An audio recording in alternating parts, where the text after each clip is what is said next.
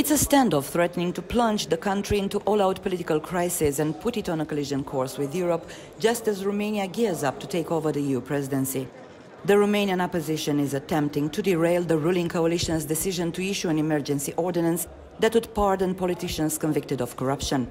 Leader of the Social Democrats, Liviu Dragnea, among those convicted, claims the decree is meant to repair abuses by the judiciary.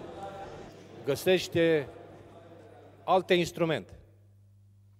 Anyone who finds any other legal measures than amnesty and pardon to repair all the injustices and all the abuses by the judiciary will have my support.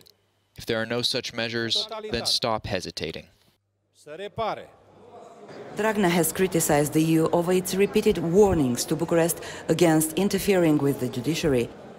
With the coalition having just a fragile majority in parliament, opposition parties launched a non-confidence motion.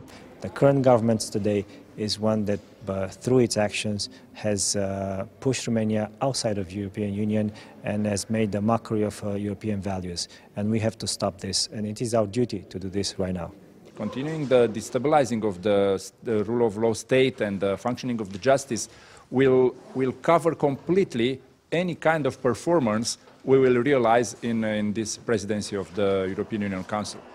Shortly after winning the elections 2 years ago, the ruling coalition attempted to overhaul the anti-corruption laws, sparking the biggest street protests Romania has ever seen since its revolution in 1989. Under pressure from EU leaders, Dragnea's Social Democrats postponed the amnesty initiative until now, but ramped up the anti-Brussels rhetoric. One political analyst, former minister, warns that Romania's clash between the people's traditional pro-European outlook and the government's anti-EU stance could destabilize the entire region. I'm sure that the backing of the pro-European spirit will come automatically from the public opinion and the pressure of the Romanian nation. On the other hand, Russian Federation never made a secret from the fact that the enlargement of the European Union, the enlargement of NATO, the idea that NATO is now in the process of surrounding Russia are considered in Moscow as being political and strategic decisions which are to be confronted by them.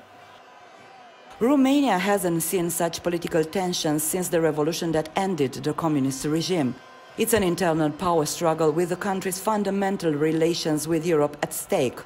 All of this just as Romania takes on the EU presidency. Brussels is looking on anxiously.